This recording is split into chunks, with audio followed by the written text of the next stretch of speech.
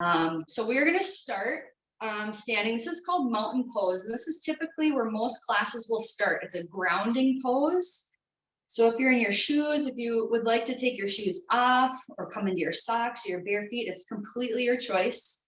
But the first thing we're going to do together is not necessarily a yoga move. It's more of like a full body shakeout. So I have a 19-month-old daughter, and we like to shake our sillies out sometimes when she gets really wild. So we're gonna do that same thing. So you just want to shake out your ankles, your wrists, maybe wiggle a little bit, whatever feels right, and just kind of check in with that body. I know Rachel brought this up earlier of how you do like a head to toe check. Where am I carrying tension today? You know, how does my neck feel? And then let's just wiggle a little bit more and release. All right, we're back to our mountain pose. We're going to start by rolling those wrists. Okay, so as our physical therapist mentioned earlier, we want to make sure that we're doing this often. So this is just a gentle way, rolling those wrists in small circles, you know, pressing the hands, and then maybe trying your ski jumps that he taught us how to do. Right? So doing that, and then let's move into the ankles. Let's roll the ankles. Sometimes you might hear a snap, crackle, and pop. That is normal, unless you have pain. Then you want to maybe go see Kim Rosenthal after this and see what he has to say. So rolling the ankles out, we got our wrists. Now let's move to our neck. So we're going to stand nice and tall. We're leading through the top of our head, and we're just going to look from right to left, side to side. Just looking over the shoulder, the fingers are released. Feel nice and stable through your legs and your feet. And then instead of turning the head side to side, let's drop that chin down to the chest and then lift it up to the sky. And if again, you want to try that chin tuck that Kim talked about earlier, for that neck tension, this is a great place to do that as well. All right, let's move on to some neck rolls. So your head weighs between 12 and 15 pounds. So we're going to use it. You're going to roll over to one shoulder, nice and slow. Bring it back to the chest and then to the other side. Kind of letting the weight of your head dictate how you roll from right to left. Take those deep, easy breaths as you're doing this. It's also common to hold your breath in yoga. We want to let it out. Exhale. Let's do one more to each side. And then carefully bring your head back to the center. Now let's do some shoulder rolls once you get back there. Shoulder rolls up, back, and down. Pay attention to those shoulders. If you got one side that's more tight, make sure we're mindful of that as we continue to move forward. And let's roll the shoulders forward. Couple of rolls forward. Good. All right, let's release those. All right, we're gonna have a little bend in our knees. We're gonna do some easy rotation. So I'm gonna start just by turning my shoulders and letting my arms just kind of swing like dead weight. And my hips will naturally start to turn. If you feel more comfortable taking a wider stance, you can. And we're just letting them move around the body, rotating. If I want to pick up my heel and turn. It's almost golfing season, right?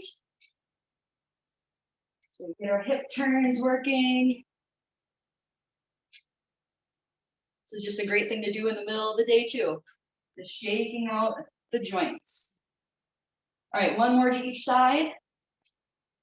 And then let's return back to the center. Hands to the belly.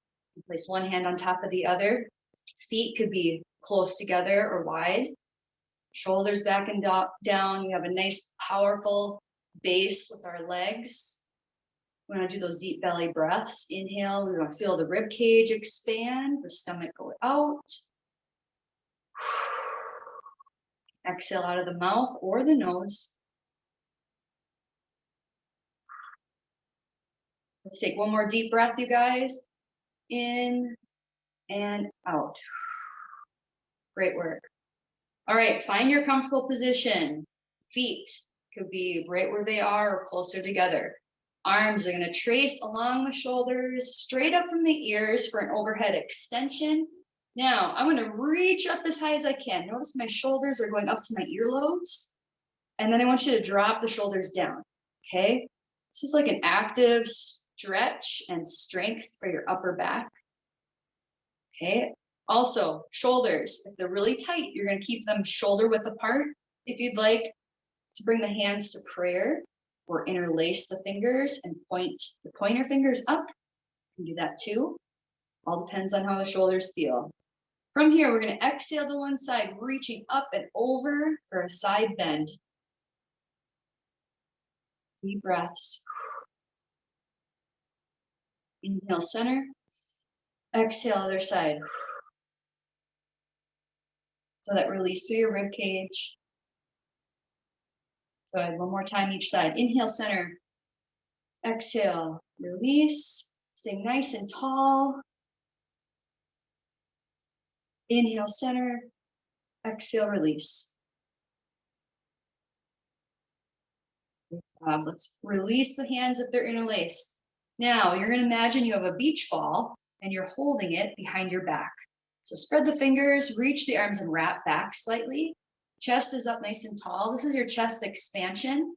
So if you were to hold on to like an open doorway and lean your chest through that doorway, or this position is also another great position to open up the chest. Okay, chest expansion. Lift the chin up slightly. You want to feel a warming, stretching sensation through the front shoulder, across the chest, even down into the forearms and fingers. Breathe into it. And release. Good. Next, I'm going to grab one of my wrists. I'm going to keep my elbows bent. And as I inhale, I'm going to lift my elbows up and over just the top of my head. And as I exhale, I'm going to drop them back down. Then I'm going to switch my top hand. Lift it up, inhale. Exhale. Release and switch. Okay, this is a great starting point to really open the chest and back. Open up the rib cage for some deep breathing. Next variation would be to grab elbows. Inhale, lift. Feel a little bit more tightness maybe in the upper back, especially if that neck is tight. Switch arms. Inhale, elbows up. Exhale, release. Continue moving those elbows, whether you're grabbing the wrists or the elbows. Inhaling and exhaling. We'll do one more. Inhale up. And exhale down. Release. Great work. Shake it out. Wiggle those knees, wiggle those arms. Again, reposition your feet. I'm going to turn to the side just so you can see the form with this next movement. We're going to begin making our way down towards the floor. That does not mean you have to touch the floor. So, biggest thing we can do, usually people have very tight hamstrings right behind the leg, okay, and very tight low back. So when we go into a forward fold, we want to first soften the knees, tip the hips back, and then lead forward with the back, keeping a straight angle. And if you're feeling this already in the hamstrings and back, the hands are going to go right to the thighs. And that's where you start. Then you can begin to drop the chin towards the chest and feel that stretch in the hamstring. From there, we can continue to drape the chest over the thighs. The hands can work their way down.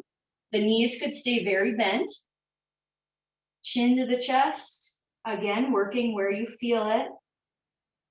Hands could go to the floor. You could also try bending and straightening the legs if you're down. Same thing if you're up. Try bending and straightening the legs one at a time, and notice how that changes the sensation all the way into the glute and the low back. All right, let's find your forward fold, whether that's halfway up the legs, down to the floor. Some of my super flexible folks, you can either take your hands underneath the soles of your feet or underneath the heels of the feet to get an even deeper forward fold stretch. Chin to the chest, exhale. Take a few deep breaths. Here's where you could shake your head yes and no. You could bend and straighten the knees again.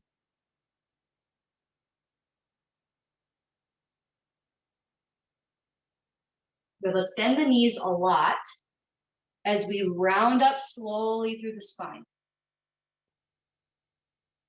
All the way back up.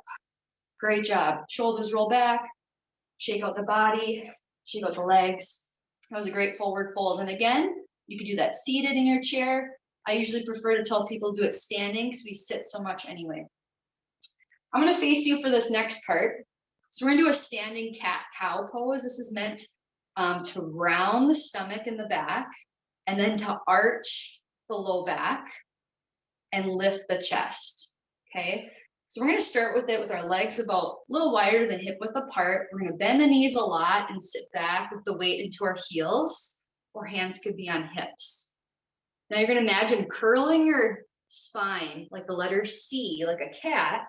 Tuck the pelvis, tuck the chin, and then reverse it slowly. So we're going to lift the head, we're going to drop the chest, we're going to slowly lift through the tailbone, okay? You could also do this hands onto your desk or a chair. Same thing. Exhaling, you round, blowing out the air. We're pulling in tight with the stomach. And as you inhale, you lengthen. You're articulating your spine. Typically, you see this done on hands and knees, but again, you can do it seated. You could do it standing. Continue moving with your own breath. Exhale, round. Inhale, lift. Exhale, round. And coming back, neutral spine, walking yourself up nice and easy. Bring it back to mountain pose. All right, just for time's sake, we have 1 or 2 more stretches I want to go through with you. We tend to get very tight on our outer hip area. Okay, so what we want to do is you want to take one leg and turn it out to the side. Automatically, you're going to feel your big muscle, your glute, the gluteus maximus contract. You want to take that ankle and cross it over. Now, if you have something to hold on to, this is great. You want to sit the hips back like you're sitting into a chair. This is called a figure 4 stretch. Another option, those of you who are ready to move up the leg, you want to take that foot, flex the foot, and then sit back. And see how that figure 4 shape, also called a pigeon pose, really open up through the hips. And again, if that's too much of an knee bend, you're going to keep it down and just sit back. Come back up and release. Switch legs. Rotate open. Cross the midline, find your figure 4. Sit back into it. Or slide the foot above the knee, flexing the foot, and sitting back and down. Again, clothing can be restrictive sometimes, so you might need to make some modifications today. This is a great one to do. Sitting on the floor or standing. Let's release that leg carefully. Come back up.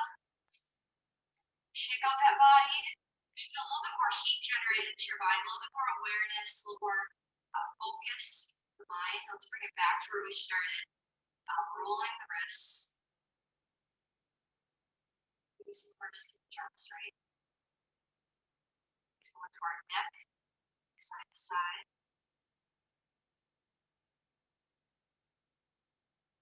Neck pulls to the chest.